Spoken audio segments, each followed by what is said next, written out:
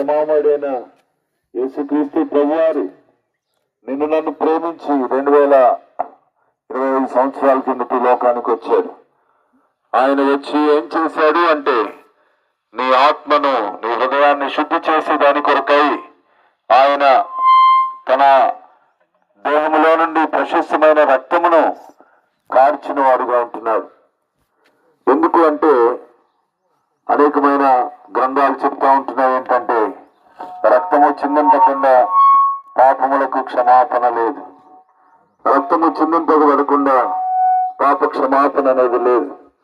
కనుక ఈ లోకంలో మన పూర్వీకులు గొర్రెలు, కోళ్ళు, పశువుల యొక్క రక్తమును కార్చి ఆ పాపమును పోగొట్టుకోవాలని ప్రయత్నం చేసినారు. కానీ ఈ బలులన్నిటి ద్వారా మానవునికి నెమ్మది, సమాధానం దొరకలేదు.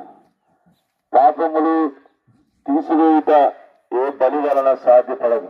అందుకే మనందరి కొరకై పరిశుద్ధుడైన దేవుడు, పరమాత్ముడైన దేవుడు, సృష్టికర్తైన దేవుడే మానవుడిగా లోకములో అవతరించి పరిశుద్ధుడిగా జీవించి తన పరిశుద్ధమైన రక్తమును నీ కొరకు, నా కొరకు కార్చాడు. యేసుక్రీస్తు ప్రభువారు శిలువలో పొందిన ఆ బాధ, ఆ శ్రమ ఎంతో భయంకరమైంది. ఆయన చేతులలో మేకులు, కాళ్ళల్లో మేకులు, ప్రక్కలో బల్లెపోటు, వీపు కొరడాలతో కొట్టబడింది. నీ కొరకు, నా కొరకు చిత్రవద చేయబడ్డాడు. దేహమంతా రక్తసిక్తమైపోయింది. ఆయన దేహంలో నుండి పవిత్రమైన రక్తాన్ని కార్చాడు.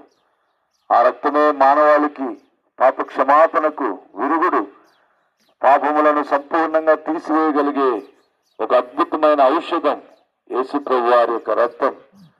కాబట్టి నీ హృదయం శుద్ధి కావాలంటే, నీ ఆత్మ శుద్ధి కావాలంటే యేసు రక్తాన్ని ఆశ్రయించు. మరి ఇప్పుడు సాధ్యమా? ఎప్పుడో యేసు ప్రభు వారు చనిపోయాడు కదా, ఇంకా ఇప్పుడు కూడా ఆ రక్తం అందుబాటులో ఉందంటే విశ్వాసముతో, నమ్మికతో, ప్రభువా నేను పాపిని, ఈ ఆత్మ శుద్ధి లేకుండా, హృదయ శుద్ధి లేకుండా ఈ లోకంలో జీవిస్తున్నాను, ఈ లోకంలో నేను మరణిస్తే భయంకరమైన నరకాగ్నికి నేను వెళ్ళాలి, ఇరువుగాలు అక్కడ బాధపడాలి.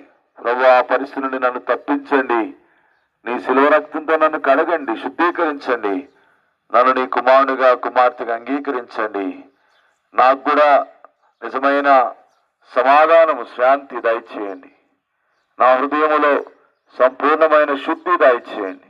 బైబిల్ చెప్తుంది, హృదయ శుద్ధి గలవారు ధన్యులు, వారు దేవుని చూస్తారు. కనుక హృదయ శుద్ధి లేకుండా, పరిశుద్ధత లేకుండా దేవుణ్ణి మనం చూడలేం. కనుక పరిశుద్ధులైన దేవుణ్ణి చేరుకోవాలంటే పరిశుద్ధత అవసరం. చనిపోయిన తర్వాత కాదు, బ్రతికుండగానే నీ పాపం నుండి విడుదల పొంది పరిశుద్ధంగా, నీతిగా, యథార్థంగా, న్యాయంగా ఎవరైతే జీవిస్తారో వారే పరలోక రాజ్యంలో, మోక్షంలో ప్రవేశిస్తారు. ఒకవేళ ఈ అనుభవం నీకు లేకపోతే నేడైనా, ఇప్పుడైనా, నీ సమయం మించిపోలేదు, ఇప్పుడైనా ఉన్న పాటున, ఉన్న స్థలములో ఈ మాటలు చెప్పు. ప్రభువా నేను పాపిని, జన్మకర్మ పాపములు కలిగిన వాడు, ప్రభువా నన్ను కనికరించండి అని అడిగితే ప్రభు సహాయపడతాడు. ప్రియులారా,